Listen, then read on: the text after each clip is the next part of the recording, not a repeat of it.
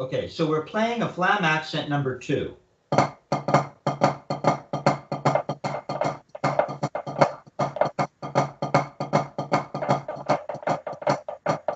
Start to learn what it feels like. It's a flam sound. Okay, we're starting to learn what it feels like to let the stick rebound. So now when we go to approach playing the ruff, or the drag, as it's called, or it's also called a half drag, or it's called a 3-stroke roll, it helps get us in touch with playing rebounds. You see? It's an introduction to the rebounds, really.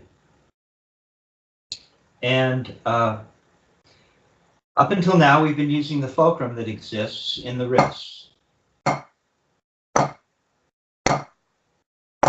Right? Now we're going to start to involve, now we're going to start to involve another fulcrum as well. We're always turning the wrist, I mean, unless we're playing with fingers. Okay? So what we're thinking about now is this fulcrum that exists in the hand. And as Richard Martinez says, if you clutch the stick as tight as you can still get it to bounce. Go ahead. Yeah, so that means there's a fulcrum in there somewhere. Okay? We're looking to take advantage of a very specific fulcrum. Now, that fulcrum is the first knuckle, middle finger. If you're in matched palm down, it's going to be first knuckle, middle finger in the left.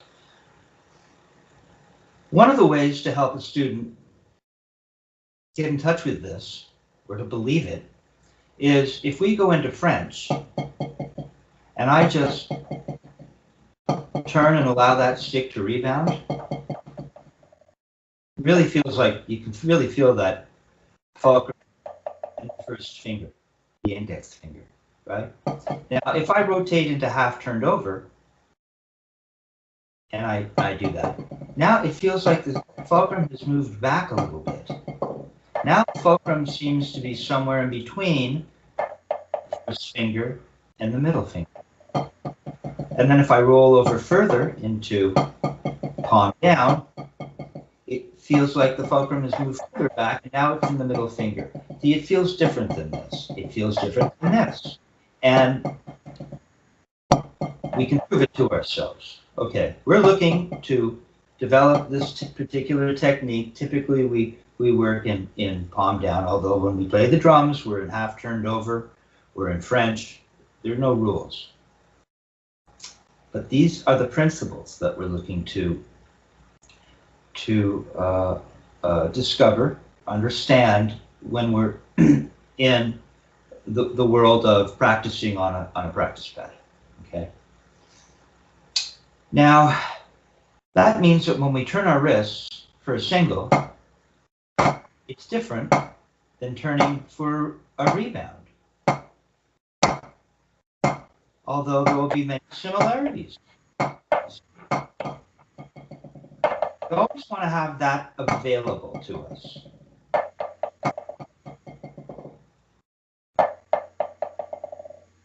And we don't need to do anything funny with the thumb. What we're trying to learn is a particular grip, Mike, that will be available through all the strokes. Okay? It's a grip that will work when we're turning our wrist for singles.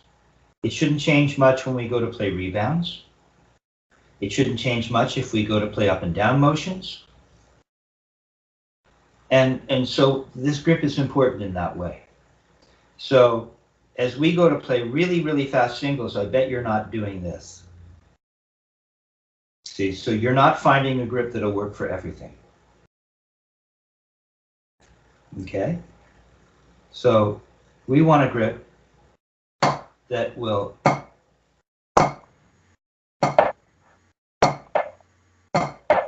work or transpose through all of the strokes. Okay, so now we're playing a double. And we haven't had to do anything too weird to get it. But it's different. Now we're allowing the stick to rock over the fulcrum. Okay. We don't want to change the thumb. See, you haven't changed the thumb when you're doing this. Go ahead and turn for singles. See how your thumb has to hold on? So why does it let go when you go to play rebounds? That means either you're too tight underneath, or it could mean as well, or either you're not following through.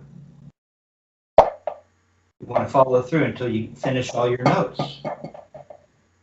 And you're in this position. Watch. See? You're pulling the stick up. That's a leveraging thing. See, we don't want to leverage. That was one of my old habits, trying to get away from that. We don't need to do this. We just want to do that. Now, it appears to be leveraging, but it's not. That's just a reaction to bending forward. We're not lifting the arm up and leveraging as you just did. Go ahead and do it again. Yep, there. I don't want to see this right now. That's not what we're doing. We're learning to take a regular wrist and just allow it to dribble on the surface. Okay, let's try it this way. See, and maybe this is why we start with the to introduce rebounds. Maybe it doesn't help to turn this high, or maybe for a particular student it did. It helped us learn that you have a proclivity, or that you have the inclination to want to do something with your thumb. It led to us realizing that there must be another part of the system that isn't working. So if we play from parallel, in fact, if we don't play and we experience what this grip will do, this grip for this technique will do. See, we're just letting the stick lie in the hand, not too tight, up front with the first finger and thumb. And then we just touch the surface. What happens? No. You followed through too much. We're not there yet. Really try to stay with me on this. I'm only asking you to go from the floor, which was a half an inch or an inch, bead to butt end, parallel to the playing surface, to turn and touch the surface. That's what it looks like. That's different than what you just did. Now the hand opens up as you continue to bend forward. And you don't point your first finger. Just there. That's what it feels like. And the butt end seems to go down. The whole thing seems to go down parallel. If you're really open. If you're really feeling this thing that I keep talking about. Mm-hmm. Is this a pure wrist turn? Go ahead and take the stick out of your hand. And just feel this. And don't force it. It doesn't matter how fast you go. There. See? And then it comes back. See? And you got some kind of countervalence so that the wrist appeared to leverage. It kind of looks like a hump, I guess. But it's the kind of hump we're expecting. See? Okay. But it's not this, which you did earlier, right? You held your fingers tight, and you leveraged.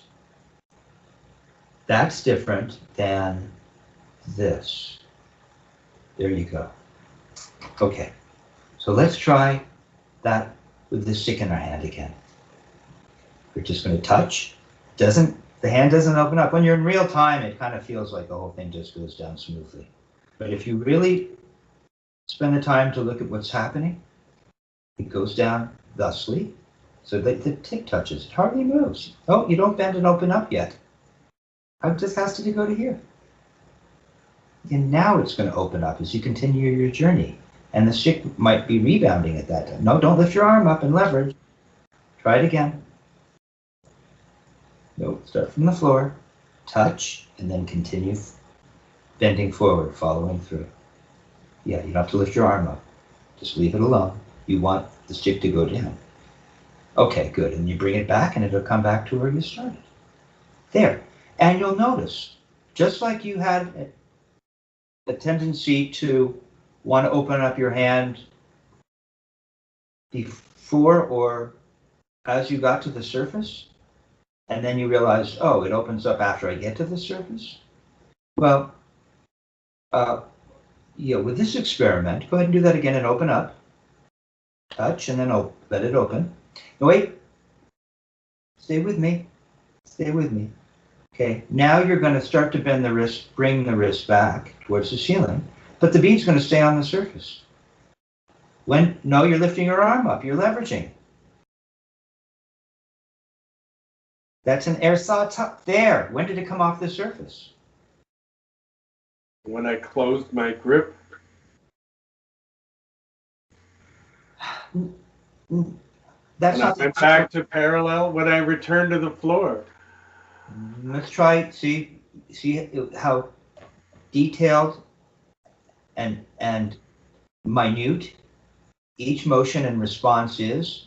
The hand didn't open up until you got to the surface, but when you did get to the surface, the hand opened up if you continued to bend. Okay. So the stick and the hand opening and closing had something to do. We don't want to bend so much it goes down on the shank. Just keep it on the bead. So the opening of the hand and the relationship to the stick finally making contact with it have a relationship. Well, now reverse the process. It's called, I think, a Crabb cannon. We're going to go backwards now. Now we're going to start to turn towards the ceiling. But you have to have the stick on the surface. Copy me. Stay with me. Then you have to bend forward. No, you have to be in the right. Okay, let's do it again. You touch. Follow through. Let the hand open. Good. Don't lift your arm up. Now we're gonna start to turn towards the ceiling, and notice very slowly the hand will start to close as you start to turn towards the ceiling. No, really slowly. I said ceiling, and you literally took me verbatim. Okay, watch me, Mike. Before you do it, just keep your hand where it is. You're kind of doing it pretty well, but you don't quite know what you're doing. So you can't write about it or teach it quite yet. Stay with me. Just stay in that position. Closing a pop-up. You're in this position, open, followed through. Go ahead. Just watch me. Watch how slowly I'm going to come back. Don't just keep it on the surface. Thank you. Okay. Cool. I'm now going to start to turn towards the ceiling. I'm not going up. I'm turning my wrist back up to where it started. How's that better, maybe? Okay. I'm starting to turn now. I'm turning. Look, the stick is still on my hand. I'm turning up. See, the hip wrist is. When did it come away from the surface? At the very end. At the very end, when it touched my palm. There, when it touched your palm. Do it again. There. Don't bring it up further than where you started. Bring it back to the floor, like that. Now you know what you're doing. Okay? So what we're going to do now, so we're going to feel some of that. We always have that available. Try it out. Just let it dribble on the surface. You can turn it. You can lift it up to the ceiling a little bit. No, just a little. I don't know if you can see me, Mike. I can see it. And so my words really perhaps need to be more accurate. I just want you to turn up just a little, maybe an inch, because we were practicing this experiment from parallel. Now I'm asking you just to turn up and let the stick dribble on the surface and leave it there. I don't need you to shove it down. I force it down. Look how gentle it is. Better. Why is your thumb coming out like this? Just leave your thumb. It's from the wrist continuing to bend. Like that. Don't do that with your thumb. Look, your thumb will change angle relative to the. Your thumb will change angle relative to the stick. Watch me now. Don't jump ahead. Okay. As you get to the surface, See the angle of the thumb change to the relationship to the stick? It's at a different angle. Watch. It comes back. Watch it. You see it? Mm-hmm. And then it becomes aligned with the stick again.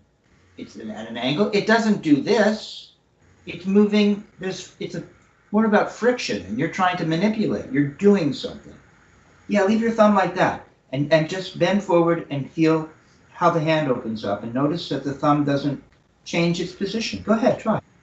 Yeah, but it changed its angle. See, I shouldn't have said position. It did change its position, but not the thumb's contour itself. The thumb staying the same changed its angle. The thumb just stays the same and swivels back and forth.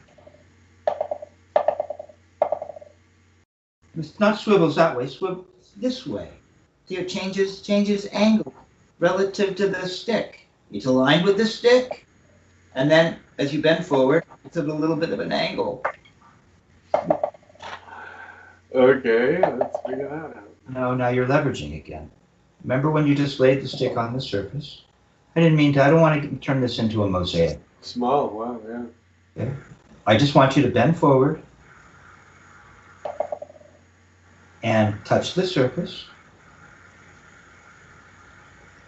My arm didn't really go up very much to touch the surface. Watch. It just bent forward. Why is your arm going up? There. See, you're leveraging. There you go. Touch. Now you're just going to continue bending. There. See, you didn't lift your arm up. See, that thing I'm talking about is very subtle. It's very subtle. And the arm doesn't go up as I'm turning, does it? Oh. Very. It's also such. It doesn't move as much as you think. Try it again. Touch. No. I want you to touch and notice if your arm moves. No. Remember we said it doesn't? There. Now bend forward further. There. Now you don't have to lift your arm up. It's just this and this. There. Yeah, you can go back and just do this for a sec. We'll get there. Come on. Hold the stick here with the other hand. Now the stick can't move, and you're just going to go around it. This is remedial. Straight forward, so the angle of the thumb changes. There you go. And the hand opens, and then you close. It closes naturally. You don't have to do it. It's relative to the wrist. I don't want you rotating sideways. I just want you to go straight forward. And then back, like that. There. Okay? Now, it's going to feel a little different, but I just wanted you to feel that. We're getting to the surface, and we're bending forward. It feels like we go around the stick in a sense, even though it's going down. There. That's all it is. The arm didn't barely move, but it did, but a little. Don't exaggerate. There. So all you're going to do is lift the stick up and do that. Try not to lift your arm up. Yeah, just leave it alone and put it down like your arm isn't going to go up. But your hand will open as your wrist turns. Better. Better. Okay, now I just want two of those. Two? Leave your thumb alone, Mike. Leave your thumb alone. It's the finger or the digit that is most on the stick. It's more. The thumb is on the stick more than the first finger, middle finger, fourth, and fifth.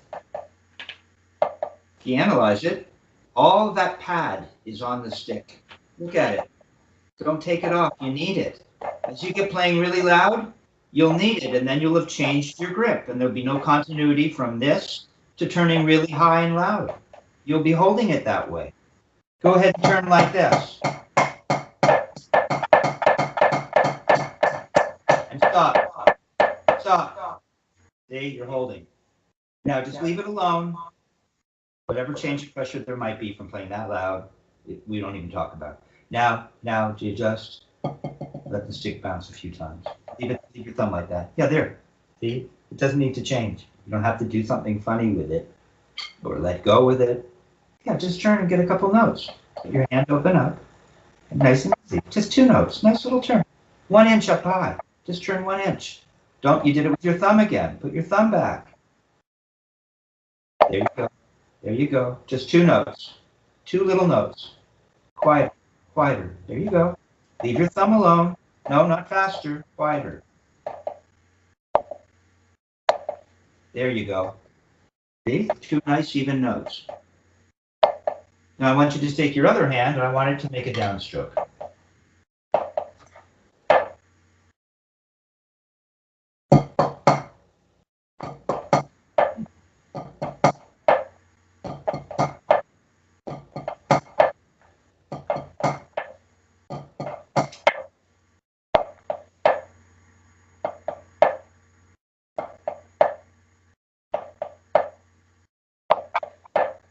Okay, we're looking for this nice smooth motion, Mike. Not bad though. Getting there, yeah. We want a nice consistent motion. All we're doing is this. Leading with the wrist. See, the grip hasn't changed very much.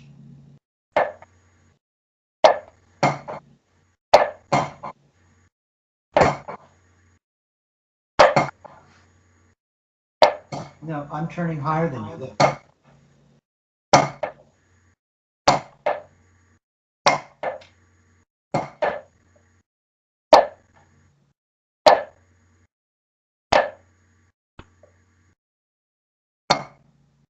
Okay, so we're just going to get this. Yeah. And this is different than leveraging up. I'm just nice and relaxed and bending forward ever so slightly. I can feel the hand more relaxed, and I get this. Okay. I just want you to leave the stick. Now we're taking into we're bringing the concept of the fixed point of the universe into this. That's a Richard Martinezism. Fixed point in the universe. Right? Dick would say, you leave the bead down when you go up. Then you bring it up. Okay, so that means that we're leaving it there and just bending forward. And we're going to try not to change the grip. Remember how it felt to play doubles? Remember how it felt to turn for really loud forte, turning towards the ceilings, high towards the ceiling singles? Okay, still feels very similar, right? Not a lot has changed. Okay, we're in the left though. That was good, see? Do it in the left. We're working on the left downstroke for your left drag. Okay, so we really need to be parallel. Now we're just bending thusly, just a little forward. Leaving the bead, don't let it come down, don't touch the surface, just bend forward. I just want to see this. It's just going to do this. Go for it. Leave the bead right where it is and just bend forward. Okay? And now you're going, right? Now you're going to turn to the ceiling. There, and be nice and relaxed with your grip. Let the grip be loose enough so the stick will move the fingers. And then you're going to turn to the surface. Right? Don't crush your grip. Leave it the way it was. Try to leave your grip alone like it was when you were playing doubles. Don't go crushing it, or you'll have to change your grip to play nice open doubles. There you go, a little better. Now, so we're dividing it right now into two pieces. The little bend, and then we're just going to turn towards the ceiling and come down. There. See, I'm hot. You're turning pretty high, which is good. There. Better. Try to get the bead, not the shank. Don't go crushing your grip up front. You won't be able to play the doubles that you're about to play if you go back and forth playing this rough. You'll be tight, and then you'll have to be loose. See? We're not doing that yet. Okay, so let me see the left drag. Right's going to go back to playing those little doubles with a nice loose hand.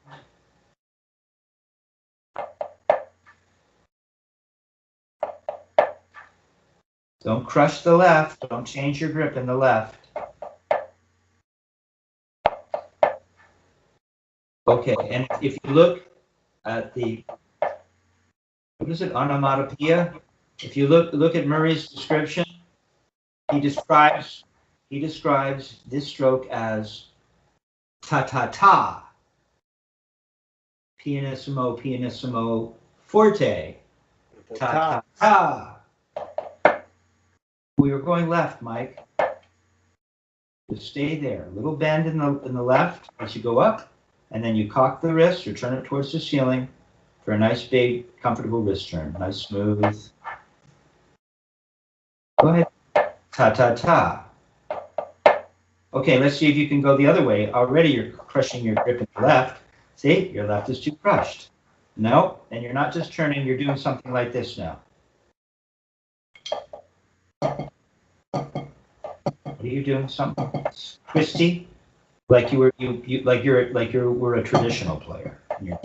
That's not what we're doing. Remember, now let's just do it again. Touch. Touch. Oh, sorry. Just touch. Touch.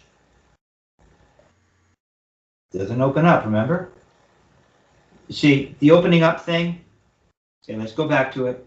Remember you learned that when you come back this way, the stick comes, stay with me. Well, I gab, if you would. Well, while the stick stays on the surface, as I turn my wrist back to its starting position, it doesn't come off the surface until it gets to the palm. Well, neither does it when I turn towards the surface. Look, it doesn't come away from the palm, does it? As you turn? Why are you trying to make it come away from the palm as you just turn here? See, now that it can leverage against the surface, it comes away from the palm. Try it. There. Yeah. There. See? That's the lever system, Mike, that you like that terminology, but I'm not sure you're fully It's a journey. You're not entirely connected to the concept. Okay, so now you see, leverage is a very neat thing. It's hardly recognizable. It's very subtle, isn't it? And yet it can move stones to the top of pyramids. Okay, so see, look how nice your grip looks. It's almost like the knowledge of knowing, oh, it just sits on the palm, it just lays in my hand, and I don't have to do anything. And when I get to the surface, it's going to come away, and it's just going to do that. And the other hand's just going to go like this, and go like that. And then this hand's going to just touch, I don't have to do anything. And then it's going to bend, and then and then this hand is going to try to stay nice and relaxed so it can do what this hand is doing in a minute. And it's just going to go like this and go like this. See, it's not tight. Oh, look, it's still not tight. And then I can go like this, and then I can go like, see, it's just that over and over.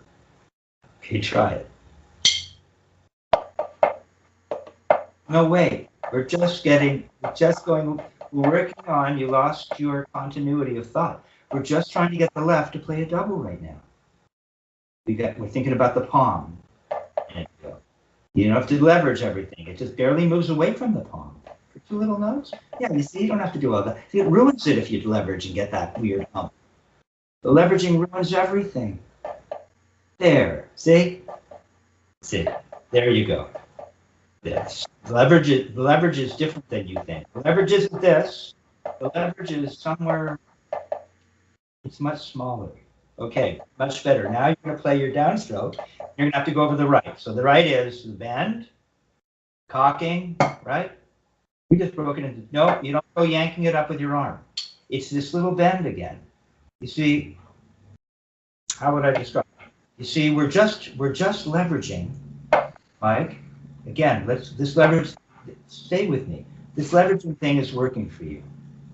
So you're right about getting it back and forth. So stay with me. Let's get this.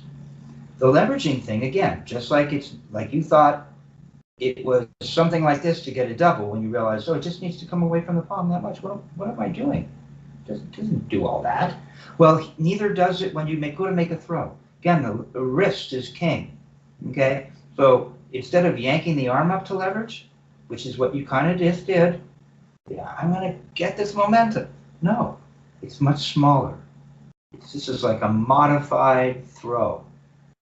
Okay, so all you're really doing is now it's as if you're leveraging against this, and you're just going, but you're not. But it's as if you are. But it's as if you're leveraging against that, and the hand can just kind of relax. If that was there, the butt end would just sort of hang loose down here. If there's no actual leverage point, and you go up, the stick continues to lay on your palm. And that's all it is, you see? Once again, you just leverage, stick is still on the palm. Then it can come away. Try it. Much different than yanking your arm up. Like you left or right?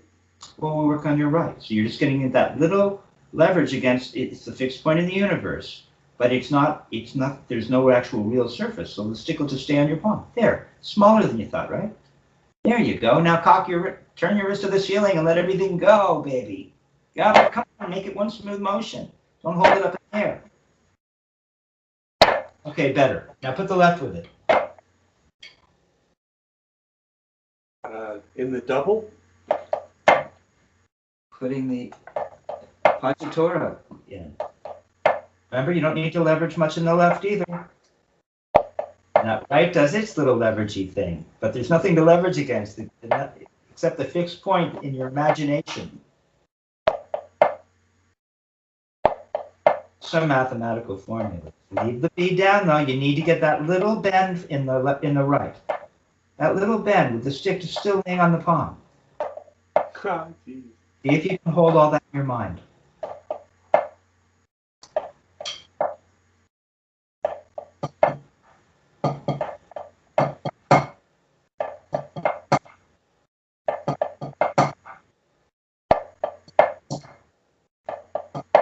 Leave your right down at the floor. When it's finished, it should be here.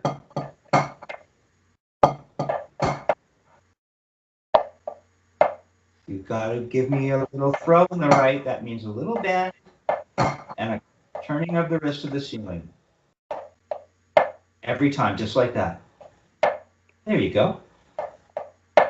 Give me a little bend in the right. Don't be afraid to just give that little bend. There. There you go. There. Now go the other way.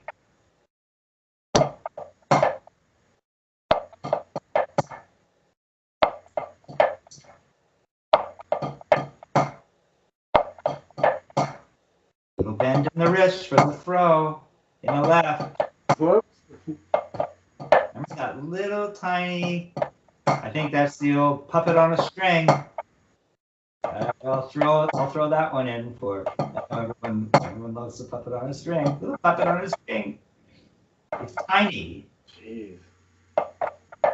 Little bend, and then you turn to the ceiling for a nice big throw. Closer, little bend in the left. Butt end lays on the palm. No, we're going left lamp. There it is, little bend. Don't tighten up your grip. Little bend with the butt end on the palm as you bend, then you cock. There, come on, cock to the ceiling. There it is, almost. Don't crush your grip. There it is. Little bend and a big to the ceiling. And the other way, back and forth. Big to the ceiling, ta-ta-ta.